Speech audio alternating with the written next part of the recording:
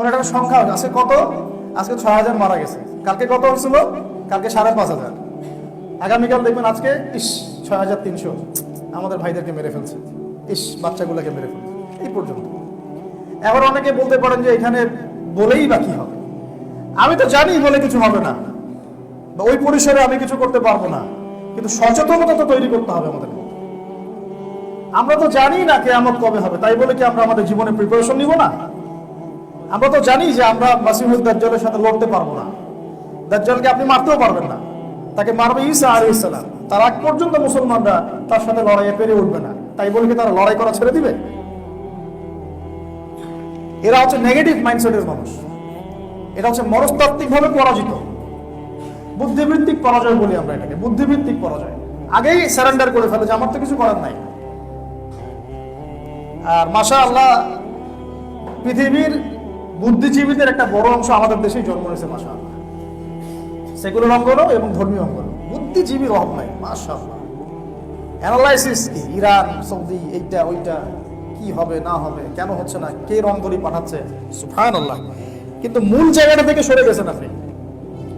মূল জায়গাটা হচ্ছে ওই জায়গাটা হোলি ল্যান্ড, এবং এই হোলি ল্যান্ডটা ছিল আগে জিউসদের, মানে জিউস বলতে বোঝাচ্ছে এখানে বনু ইসরাইলের। বনু ইসরাইলের এখনকার জিউস কিন্তু এক না, আমি আপনাকে বোঝানোর জন্য বোঝালাম। বনু ইসরাইল ওই সময়কার মুসলিম সম্প্রদায়ের নাম ছিল, আর জিউস পরে হয়েছে, ইহুদি নাম পরে হয়েছে যখন তারা ঈসা আলাইহিস সালামকে অস্বীকার করেছে এবং আমাদের নবীকে অস্বীকার করেছে। ওই জায়গায় তারা শাসন করতো এক সময়, অনেক বছর আগের কথা, তারা ওই জায়গাটা শাসন করত। আল্লাহ পাক তাদেরকে শর্ত দিয়েছিলেন, তোমরা যদি ভালো থাকো এই জায়গা তোমাদের, যদি ভালো না হও ফাসাদ সৃষ্টি করো এখান থেকে তোমাদেরকে শাস্তি দিয়ে বের করে দেবে। এবং ওরা বারংবার আল্লাহ পাকের আদেশটাকে লঙ্ঘন করেছে, এমন ভাবে লঙ্ঘন করেছে যে নবীদেরকে পর্যন্ত জবাই করে হত্যা করেছে। বুঝতে পারছেন? নবীদেরকে পর্যন্ত মসজিদের মধ্যেই জবাই করে হত্যা করে ফেলছে, এরকম জাতি। তো সে একটা বাচ্চা, মুসলিম বাচ্চাকে মারতে কি তার কলিজা কাঁপবে? কাঁপবে না, স্বাভাবিক। সে নবীদেরকে হত্যা করা জাতি। তো আল্লাহ পাকের আযাব যখন চলে আসলো, কয়েক দফা এদেরকে আল্লাহ পাক এমন শাস্তি দিলেন অন্য বড় জালেমের হাতে, তারা পৃথিবীতে থাকার কোনো জায়গা পেল না। হিস্ট্রিটা আমি একটু পরে বলবো ছোট করে। থাকার কোনো জায়গা পেল না। ২,০০০ বছর পরে এই মাত্র ১৯১৪ থেকে ১৮ সালের মধ্যে, এই যে ১৯১৪ থেকে ১৮ সালের মধ্যে প্রথম বিশ্বযুদ্ধ চলাকালীন এই ব্রিটেন বা ইংল্যান্ডের সহযোগিতায়, তখন ব্রিটেন ছিল এই ওয়ার্ল্ডের রুলিং স্টেট, সারা বিশ্বকে শাসন করতো সে, আমাদের এখানেও ২০০ বছর শাসন করেছিল, জানেন তো এগুলো ইতিহাস। তো তার হাত ধরে এই ইহুদিরা অল্প অল্প করে এই হোলি ল্যান্ডে ঢোকা শুরু করলো ২,০০০ বছর পরে। কি ভিশন নিয়ে ঢুকলো? বেড়াইতে আসছে আপনার কাছে মনে হয়? ওই হোলি ল্যান্ডে বেড়াইতে আসে টুরিস্ট, আমরা যখন কক্সবাজার যাই দেখতে ওইরকম? জি না, ওরা আসছে এই পুরো জায়গাটাকে ক্যাপচার করার জন্য, এটা ওদের ভিশন ছিল। প্রথমে সহযোগিতা নিয়েছে ব্রিটেনের, ব্রিটেন তাকে মায়ের মতো বড় করেছে, লালন পালন, খাওয়ায় দাওয়ায়, ভরণ পোষণ দিয়ে, সব দিয়ে। বলে না ধাত্রীর কাজ করে, ধাত্রী যেমন সন্তান জন্ম দেয়, ব্রিটেন তেমন এই ইসরায়েলকে জন্ম দিয়েছে। ওরা এমনি এমনি আসে নাই, ওরা এসেছে এই জায়গাটা আবার পুনরুদ্ধার করতে। শুধুমাত্র এতটুকু গাজা, আকসা, এই কি হাইফা বন্দর, তারপরে নাবলুস, এই শহর আমি চাই এমন না, ও চায় পুরো হোলি ল্যান্ড, মানে from river Nile to Euphrates, এই পুরো জায়গাটাই তাদের চাই।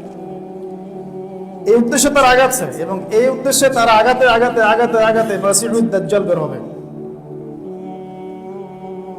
আর এগুলা বলার পরে যদি কোনো শায়েখ আপনাকে বলে যে এই কথা শোনার দরকার নাই, তার আকীদা ভালো না, তাহলে বুঝে নিয়ে তার মধ্যে নেফাক আছে, অথবা তার অন্তর্দৃষ্টির ঘাটতি আছে, অথবা সে ওয়ার্ল্ড অ্যাফেয়ার সম্পর্কে কিছুই জানে না। নিজে অন্ধ হওয়া ভালো, কিন্তু অন্ধর অনুসরণ করা ভালো না। নিজে অন্ধত্বের মধ্যে থাকলে আল্লাহ চাইলে একদিন অন্ধত্ব খুলে দিতে পারেন, কিন্তু অন্য কোনো অন্ধের পিছনে ছুটতে থাকলে আপনি কোনোদিনও চোখে দেখতে পারবেন না। তাই একটু রিল্যাক্স হয়ে দাঁড়িয়ে আগে চিন্তা করা শিখুন যে আসলে কথাগুলো মিলছে কিনা বা হচ্ছে কিনা। তাহলে আমি কি শিখে আসলাম এতদিন ধরে? আমাকে তো চিন্তা করতেই নিষেধ করে দেওয়া হচ্ছে, ভাবারই দরকার নাই, যখন আসবে দেখা যাবে। মানে ভাবতে এরকম যে এখানে আগুন লাগছে, ওটা নিভাইতে যাওয়ারই দরকার নাই, আগুন তো তোমার ঘরে আসে নাই, যখন আসবে তখন দেখা যাবে, যদি আসে, যখন আসবে তখন দেখা যাবে। এই ব্যক্তিকে আমরা কি বলবো? চক্ষুষ্মান বলবো না অন্ধ বলবো? আপনার কি মনে হয়? আর এই জায়গা থেকে সে ওয়ার্ল্ডটাকে শাসন করবে, একা একা করবে? উত্তর না। কাকে নিয়ে করবে? বলেছে জিউসদেরকে নিয়ে।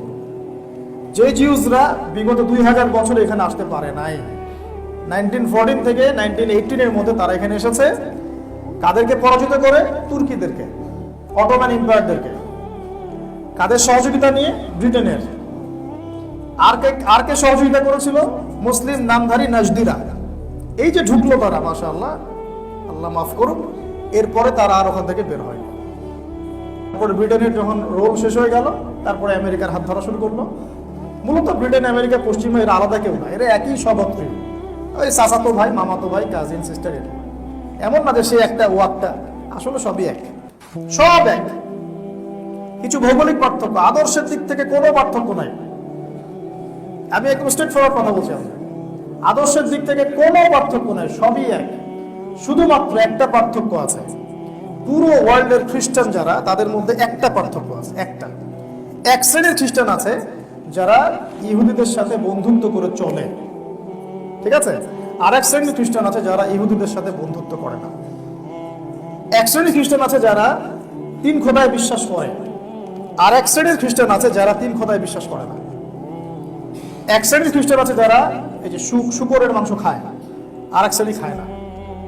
এক শ্রেণী আছে যারা সমকামী, ছেলেতে জেনা করে, নাউজুবিল্লাহ, এই শ্রেণী করে না। এক শ্রেণী মাদকটাকে হালাল জায়েজ মনে করে, এই শ্রেণী করে না। খ্রিস্টানদের মধ্যে একটা দল আছে যারা মুসলিমদের অনেক বেশি কাছাকাছি হবে। এখানে একটা ডিভাইডেশন আছে, এটা মাথা রাখবেন। তো পুরো ওয়ার্ল্ড অ্যাফেয়ার্সে যত খ্রিস্টান কান্ট্রি আছে, নাসারা, এদের মধ্যে 2টা গ্রুপ পাবে না। একটা সরাসরি ইহুদিদের বন্ধু এবং তাদেরকে পেট্রোনাইজ করে চলতে থাকে, আর এক শ্রেণী তাদের আদর্শ নিয়ে চলে, ওরা এদের সাথে সাথে দালালি করে। আমি স্পষ্ট করে বলে দিই আপনাদেরকে, আপনি এই ইসরায়েলের এই আগ্রাসনের পক্ষে পশ্চিমা বিশ্বের সব দেশকে পেলেও রাশিয়াকে পাবেন না ইনশাআল্লাহ। বুঝতে পারলেন কথা? পশ্চিমা বিশ্বের সব দেশও যদি, Germany, Italy, France, America, Britain, Australia, আমাদের প্রতিবেশী সবাই যদি ওকে সমর্থন দেয়, রাশিয়া তাকে সমর্থন দিবে না, যদিও রাশিয়া একটা খ্রিস্টান কান্ট্রি। কথা কি বুঝতে পারছেন আমার? এদের মধ্যে একটা গ্রুপিং আছে। এক শ্রেণী আছে যারা মুসলিমদের কিছুটা কাছাকাছি হবে, এটা কিন্তু কোরআনেও আছে। সূরা আল ইমরান, সূরা মাইদার মধ্যে আপনি পড়লে পাবেন, সূরা মাইদার মধ্যে এটা আছে, সূরা মাইদা পড়বেন। এখন বুঝেন, যে বিষয়টা বুঝেন, ওই জায়গা থেকে ও বিশ্বটাকে শাসন করতে চায় বলেই এখানে এসেছে, এমনি এমনি সে আসে নাই। এবং দাজ্জাল তো আর একা শাসন করবে না, তার অনুসারীদেরকে নিয়ে শাসন করবে। তার অনুসারী মূলত কারা? এই জিউসরা। ঢুকলো কবে? 1917-18-এ। তারপর কি চলে গিয়েছে? না, যায় নাই। তারপরে এদের সহযোগিতা নিয়ে, পশ্চিমাদের সহযোগিতা নিয়ে ক্রমশই বড় হয়েছে, ক্রমশ বড় হয়েছে। এটা কি নতুন যুদ্ধ শুরু হয়েছে অক্টোবর মাসে স্বাধীনতাকামীদের সাথে? জি না, এটা 73 বছর ধরে চলছে। কত বছর? আরো বেশি হবে। 73 তো আমি কম বললাম, আরো বেশি হবে। ওই 18 থেকেই তো শুরু হয়েছে। তখন ওখানকার যারা ফিলিস্তিনি নাগরিক ছিলেন, তারা কি এটাকে মেনে নিয়েছিল? না, তারা আন্দোলন করেছে, বিদ্রোহ করেছে, প্রতিবাদ করেছে। প্রতিদিন মারা হয়েছে, একটা দুটো করে মারা হয়েছে, একটা দুটো করে মারা হয়েছে।